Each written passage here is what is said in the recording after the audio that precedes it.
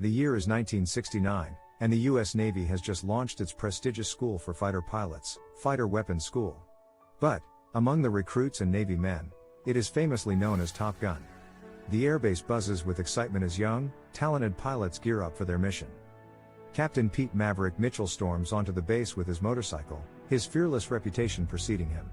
He's ready for his next mission, to test a prototype aircraft with incredible speed and maneuverability. However, his excitement is short-lived when he learns that Rear Admiral Chester "Hammer" Kane is on his way to shut down the program due to safety concerns. Undeterred, Maverick takes to the skies in the scramjet and, with a flick of his wrist, pushes the jet to its limits, surpassing the projected Mach 9 speed and reaching an astonishing Mach 10. The crew is in awe as they watch the jet soar through the skies, but Maverick's thirst for speed and adrenaline takes over. He pushes the jet even further, and disaster strikes as the scramjet crashes, leaving a trail of destruction in its wake. Maverick is left shaken but unharmed, and Rear Admiral Kane is furious. However, before he can discipline Maverick, he receives an unexpected call. Maverick is being called back to NAS North Island. When Maverick arrives at the base, he's greeted by two high-ranking officials, Cyclone and Warlock, who brief him on the mission. Maverick's task is to train pilots to infiltrate a rogue nation's uranium facility and destroy it. But Maverick is plagued with doubt. He doesn't believe he is what it takes to lead the new recruits to success. Cyclone is quick to agree with Maverick's doubts, but Warlock sees something in him that others don't. Warlock believes that Maverick's fearless and unconventional methods are exactly what recruits need to succeed. In a dimly lit bar, Maverick is caught off guard when he comes face to face with his ex-girlfriend Penny Benjamin. He left her years ago without any explanation, causing a rift between him and her father, who was Maverick's former superior officer. Despite their complicated past, Penny welcomes him with open arms, much to Maverick's surprise. However, he soon becomes uneasy when Penny insists on buying drinks for everyone in the bar, including the new group of cocky pilots.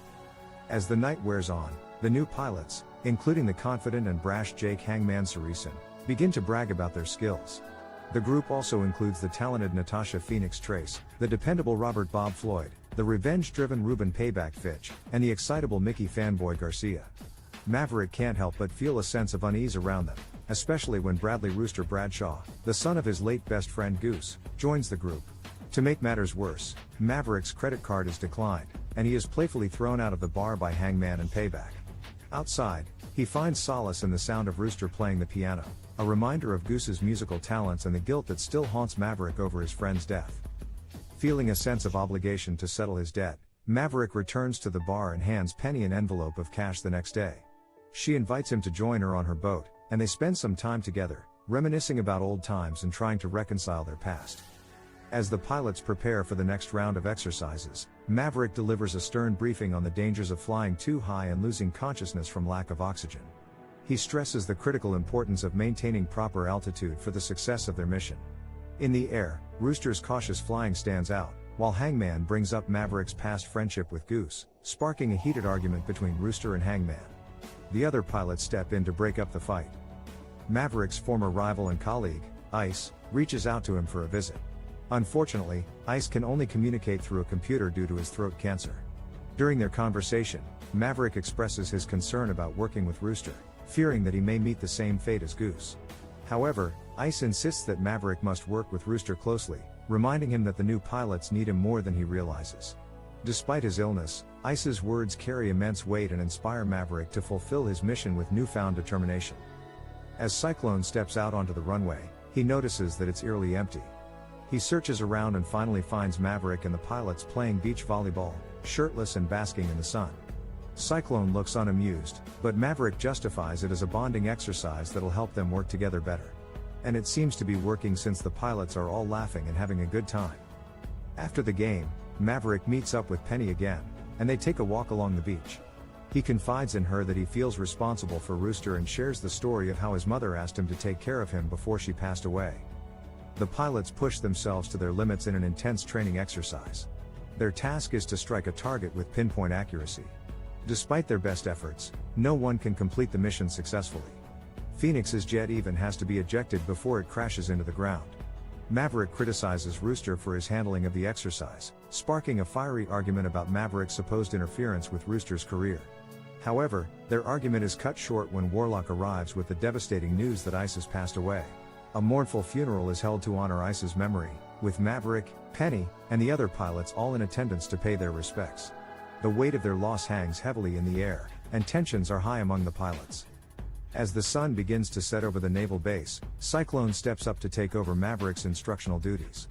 But his proposed plan is met with mixed reactions from the pilots, who voice their doubts about its effectiveness. Meanwhile, on the tarmac, Maverick's F-18 Hornet takes off at breakneck speed, catching the attention of nearby radars. As he expertly maneuvers the jet, the other pilots watch in awe as Maverick hits the ground target with only seconds to spare. His remarkable display of skill and precision earns him the respect and admiration of his fellow pilots, even those who were previously skeptical of his methods. Maverick's flying prowess is undeniable, and he proves once again that he is a force to be reckoned with. In the midst of their daring mission, Maverick handpicks Rooster as his trusted wingman, alongside Hangman, Phoenix, Fanboy, Payback, and Bob. The other pilots are put on standby. As they weave through treacherous terrain, dodging missiles at every turn, Rooster falls behind but quickly gets back on track. Their aircraft carrier unleashes a barrage of Tomahawk missiles on the enemy base's runway, forcing rival jets to scramble back towards them. With precise timing and coordination, they launch a missile and the facility is obliterated. But the enemy is not one to give up easily and sends more pilots after them. As they make their escape, Rooster's jet is targeted, but Maverick swoops in to save him. Suddenly, Maverick's jet is hit, sending it careening out of control and crashing behind enemy lines. Maverick finds himself being pursued by a helicopter, but just as it takes aim, it explodes in a burst of flames. Rooster appears out of nowhere, having taken down the helicopter to save his friend. But their troubles are far from over as a missile locks onto Rooster's jet. With no other option left, Rooster ejects just in the nick of time, narrowly escaping certain doom. The ground shakes beneath their feet and gunfire echoes in the air. Maverick races to devise an escape plan from the enemy's base. He shares his plan with Rooster, who looks at him incredulously. With no other option, they head for the F-14 Tomcat. They scramble into the jet, and the engines roar to life. The enemy jets are in pursuit, and the sky is filled with bullets and missiles.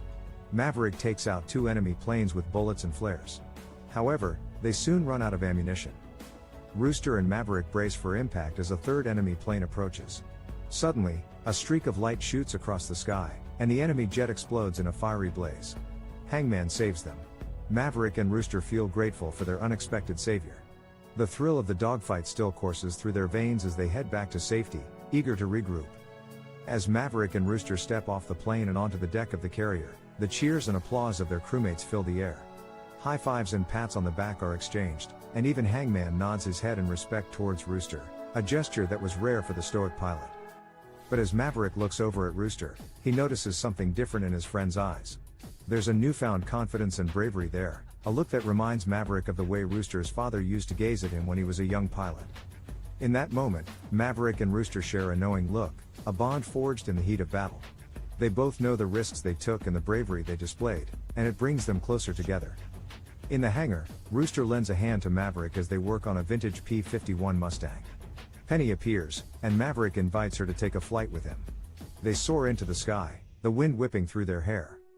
Back in the hangar, Rooster sets down a photograph of himself and Maverick, placing it next to an old photo of Maverick and Goose, as a symbol of their newfound camaraderie and bond.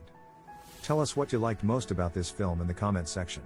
Also, don't forget to like, comment, and subscribe and turn on notifications so you don't miss the next video.